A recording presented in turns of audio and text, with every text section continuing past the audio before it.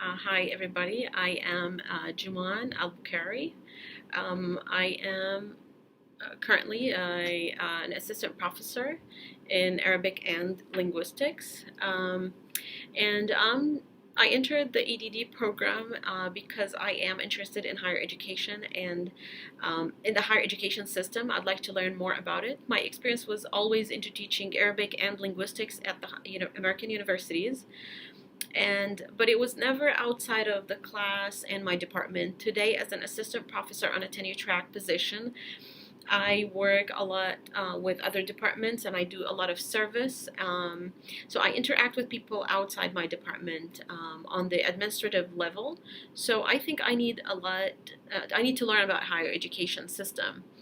Um, and another reason I started the EDD program because I wanted to broaden my um, career search, maybe outside of Arabic and linguistics. I'd like to be able to work on many different departments or levels at the university. My research interest is on internationalization. The reason I picked this research topic is because it's very much related to me for so many reasons.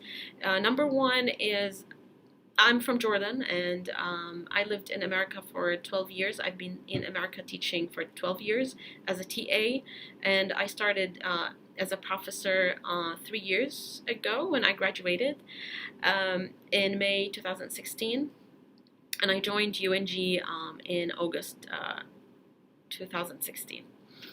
Um, So, because I'm from Jordan and I feel I'm an internationalized or international citizen and I'm a globalized citizen, because wherever I live, I feel that I belong. Um, I taught at Indiana University, and I felt that I do belong to Indiana. I belong to Bloomington. I am from Bloomington. When I lived in West Virginia, Morgantown, West Virginia, where I did my master's, I felt like I'm from West Virginia. And when I did my master's in Milwaukee, I felt I'm from Milwaukee. Today, I am from Dahlonega. And so the research purpose is to look at variables and recommendations that create a more globalized campus. And according to the Association of International Educators, ACE or NAFSA, with all the efforts that we put to create study abroad programs and have encouraged students to study abroad, only 2% of the students across the US study abroad. So what about the 98% of the students? These are my target. How do we make them more internationalized? In order to make them more internationalized, we have to create a more internationalized environment. And this should include different practices such as international students, the presence of international students, study abroad programs, but also internationalization has to be incorporated in the curriculum. And it has to be incorporated in the university mission and vision. Everybody has to be included. It has to be a comprehensive internationalization according to NAFSA. It's not only the responsibility of the international office to internationalize the campus, but also it is the responsibility of everybody, students, staff, faculty members, department heads, provost, president, vice president, and so on. So the responsibility falls on us in creating a more internationalized campus. And one important thing is to draw the distinction between globalization and internationalization. Some researchers defined globalization as the larger macro system in which higher education operates, and free markets, competition, and the reduction of borders between nation states characterize globalization.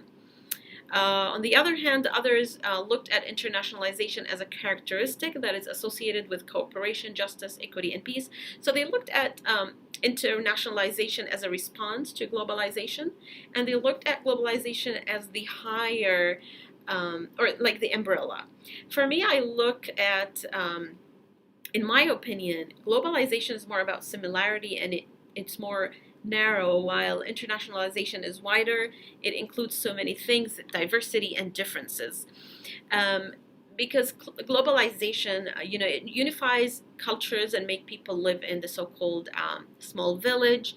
For example, the structure of and the culture of big cities became very similar, to the point that sometimes you can't tell whether you're walking in New York City downtown or Tokyo downtown. They all look similar. They're all modern. So to me, this is less diverse. Um, and Internationalization promotes diversity, but globalization doesn't. So taking that into consideration, we think of how to create a diversified campus, which will lead to a more internationalized campus. This diversity will help our students develop international skills that they need.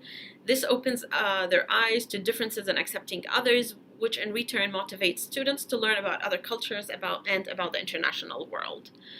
So I need to look at components, resources, and ideas that we need to implement in order to create a globalized graduate. In terms of the method, I would collect data, have participants such as students, staff, faculty members in different fields and different levels at the university, at the academic level and the administrative level. I would review documents, and for the purpose of understanding the context, in order to come up with recommendations. So it's not the fact that I need to document what we have, but as I mentioned, it's in order to come up with, like, to look at the future and what we need to do. What else other than the methodology? In terms of theory, I ran out of time, but I'll try to talk about this very fast. So Knight's 1994 approach or model, it includes four approaches. So Knight 1994 included all the international dimensions, which makes it more comprehensive. And in order to examine the status, one way to examine internationalization on the higher education level or higher education institutions is to apply the four approaches of Knight to examine the status quo of the higher education institute in order to understand where the institution stands with regard to internationalization. From there, we can draw these recommendations and variables. Now, this research and different researchers faced some challenges. Those challenges include FERPA Act, the Family Educational Right and Privacy, Family Educational Right and Privacy Act of 1974 regulations, which prohibits the institution of relieving students' information without their consent. And so talking about very quick about the dissertation review that we did. So the dissertation I looked at, it seems that the author or the dissertation writer, he could not mention the actual names of the universities. He used something like Midwest University and East Coast University because of FERPA. No, sorry, not because of FERPA. Just it seems like the university do not want to be identified. FERPA was an issue because the researcher could not recruit students or faculty, students, to collect the data from the students. So there was a recommendation from the international office is for him to attend different events on campus and approach the students or recruit students to conduct his own research. I think that's all what I need to touch on. The impact of this research, Definitely. One of the reasons when I came to America, I was a Fulbright scholar, and it was a foreign language teaching assistant program where I come to America to teach my language for 1 year. It's an underdegree program, so I had a message. I wanted to uh, build the bridge between the Arab culture and the American culture for so many reasons in terms of understanding and uh,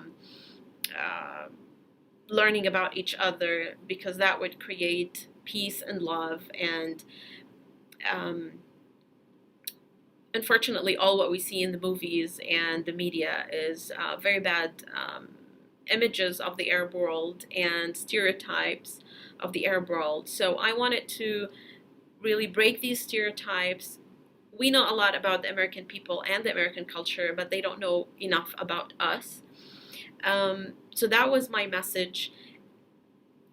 And the impact of this research is basically not just the research itself, but creating a plan and recommendations for institutions to have more internationalized students who are able to understand different cultures and have international knowledge.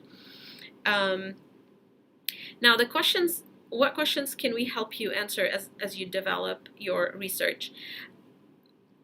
I'm not sure where to start from.